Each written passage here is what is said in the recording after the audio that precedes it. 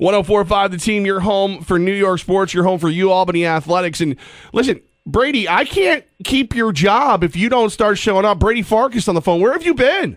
Well, I've been gone for 6 months. Oh. I haven't been around. Oh. Well, wait. So you're like a big deal over there in Vermont, ESPN Vermont, my friend, huh?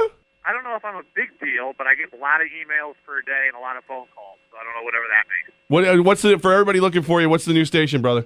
101.3 ESPN, Burlington and Plattsburgh, both sides of the lake. So we got everything covered. Look at you. Yeah, man. Very cool. So we actually are going to have to be rooting against your employer right now because it's Vermont, Albany this weekend. What can we expect from this Catamount team?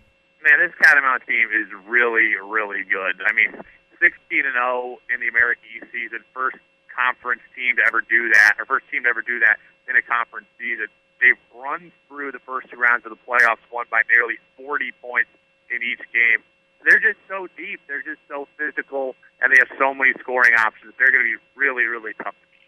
So you of course were very close to the UAlbany program when you were back here in the Cap region. Brady Farkas with us. Brady, can this UAlbany team upset the Vermont Catamounts? I really don't think so. As much as I think Will Brown is the best coach in the league, as much as I think Joe Cremo and David Nichols is arguably the best scoring backcourt in the league, they just don't have enough options. When they were here in Burlington the last time that they played, UAlbany played their game plan to a T. They milked the clock, they slowed the pace down, and they had a lead at halftime. And the second half, Vermont just came out. And with the defensive intensity is too tough, and UAlbany doesn't have enough scoring options. I think Vermont wins this game by double digits. They're that good. Is this Vermont team, and I guess we're talking now on a national stage, the last time Vermont really made headlines is when they took down Syracuse in the NCAA tournament close to a decade ago. Is this team better than the Taylor Comprath team we saw almost about 10 years ago? Well, that's the popular debate up here now. I think that team had more fanfare, but this team's better. This team's deeper. That team had more, was more lovable in town because Taylor Comprath was a Vermont kid who played his high school ball here, so people had been following him for years.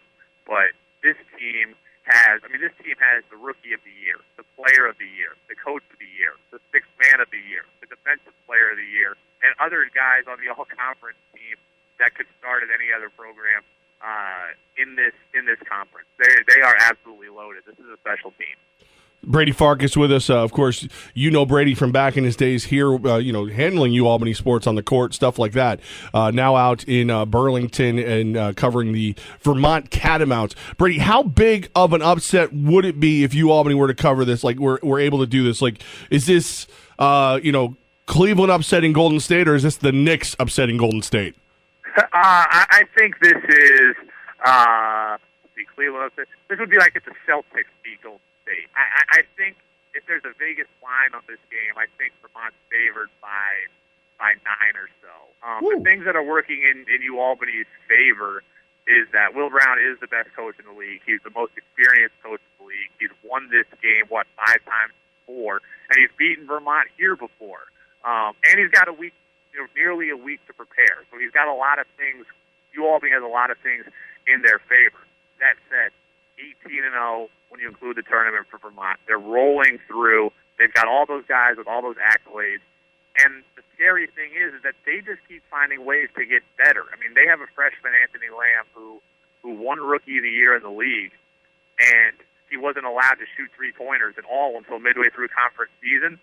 He hit 6 of them the other day against New Hampshire, and that's now the new norm. I mean, he's 6'7" and plays down low, and now he goes outside, and this kid's just a freshman.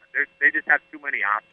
We know across college basketball conferences would love to have as many representatives as they can in the NCAA tournament. So, if UAlbany beats Vermont, is there a chance 2 teams from the America East could actually qualify for the NCAA tournament and Vermont gets in as an at-large? No, that's another thing that people have been asking. I just don't think there's any way. The conference RPI, when I last checked, 21 out of 32, which is better than it's been, but it's not in that, Horizon League, Missouri Valley, like power mid-major conference status. UVM has now no wins against the top 100. I mean, Yale was in the top 100, and at one point they beat them. Sienna's just outside the top 100. They beat them. So no wins against the top 100. If you lose this game to Albany, now you're throwing in a loss against the team well outside the top 100. They needed a win earlier in the year. They only have 5 losses this year. They lost to Houston by 1 at the buzzer. They got blitzed by South Carolina and Providence. They lost to Butler by 12. But if they had won one of those games, maybe there's a chance. But right now, it's not going to happen. I feel like this time last year, you and I had this debate about conference tournaments and the mid-majors versus the powerhouse schools. And if Vermont goes down, it's a season that's really almost a disappointment if they can't get to the NCAA tournament for how high the expectations were. Are you now feeling that the conference tournament regular season champion, I should say the regular season champion, should always be the NCAA tournament rep? That's tough, and I know you guys have been dealing with a lot of that because of the Monmouth and Indiana thing. I think the American East does it as well as you can. I mean, they spread the conference tournament out so much, and every game is played at the higher seed. It's not played at a neutral site. You are rewarding the regular season champion. So UVM, they went 16-0 in the league. They earned the right to play every game of the playoffs on their home floor, at their home gym, to not have to travel in front of their home fans. I think they're in about as good a situation as you can be. If they lose, it's going to be because Albany came in and played the game of their season, or Vermont massively underperformed. UVM would be the best representation of this league by far in the tournament, but if they lose, you got to have to compliment Albany on coming in here and winning, because it's going to be a tough task, and UVM has had every advantage to this point. Brady Farkas, Capital Region native, now out there running things, ESPN in Vermont. Most important question, what the heck is a catamount? A catamount is like a cougar or a panther. I'm going to go with a cougar, but it's a cool logo. They got cool colors. I went to Oswego and went to Shen, so I didn't have to take too much green out of my wardrobe. But they give me weird looks here when I wear purple, and I do it frequently. I frequently will wear the UVM sweatshirt with the UAlbany hat or the UAlbany sweatshirt, and I get weird looks all around town. So they just think you're confused, is basically what you're saying.